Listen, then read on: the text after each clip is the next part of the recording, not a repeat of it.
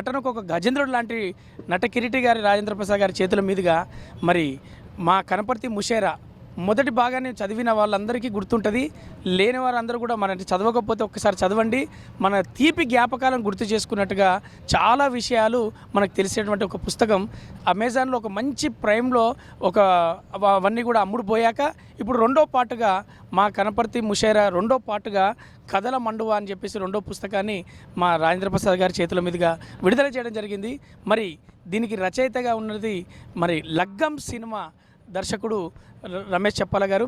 ఆయన కథలతోటి మనల్ని మెప్పిస్తూ ఉన్నారు. మీ అందరికీ తెలుసు మీ శ్రేయోభిలాషి, ఆ తర్వాత భీమదేవరపల్లి బ్రాంచ్, ఆ తర్వాత మొన్న నచ్చినటువంటి లగ్గం మన థియేటర్లో చూడని వాళ్ళందరూ కూడా ఓటీటీలో చూసి దాన్ని ముందు స్థానంలో పెట్టి ఎన్నో ఫోన్ కాల్స్ వచ్చి ప్రతి క్యారెక్టర్ కోసం మేము చెప్పినట్టుగా ఏదైతే ప్రీ రిలీజ్ ఫంక్షన్లో మేము చెప్పినట్టు విధంగా అందరూ యాక్సెప్ట్ చేసి ఒక్కొక్క పాత్ర గురించి మాట్లాడే విధానాన్ని మాకు చాలా సంతోషాన్ని ఇచ్చింది.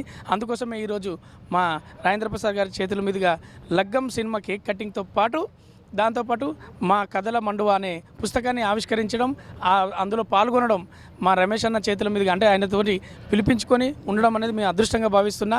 ఎందుకంటే ఇందులో మన జ్ఞాపకాలు ఈ కథల మండువలో ఖచ్చితంగా చెప్పాల్సిన ఒకే ఒక పాయింట్, మన జ్ఞాపకాలను పిల్లలకు ఒక జ్ఞానంలా విజ్ఞానంలా వాళ్ళకి తెలియజేసే విషయాలు ఇలా ఉండేదా, ఈ ప్రపంచం ఒక ప్రపంచం ఉండేదా అని ఇప్పుడు ఉన్నటువంటి ఈ మైక్రో ఫ్యామిలీస్లో ఈ అద్భుతాలను మనం పరిచయం చేయడానికి వేదికగా ఉంటుంది కథల మండువా అని నమ్ముతున్నాను. మీరు ఒక్కసారి చదివి మీ పిల్లలకి ఎక్స్ప్లెయిన్ చేయండి, మీ గుర్తులు వాళ్ళతో పంచుకోండి.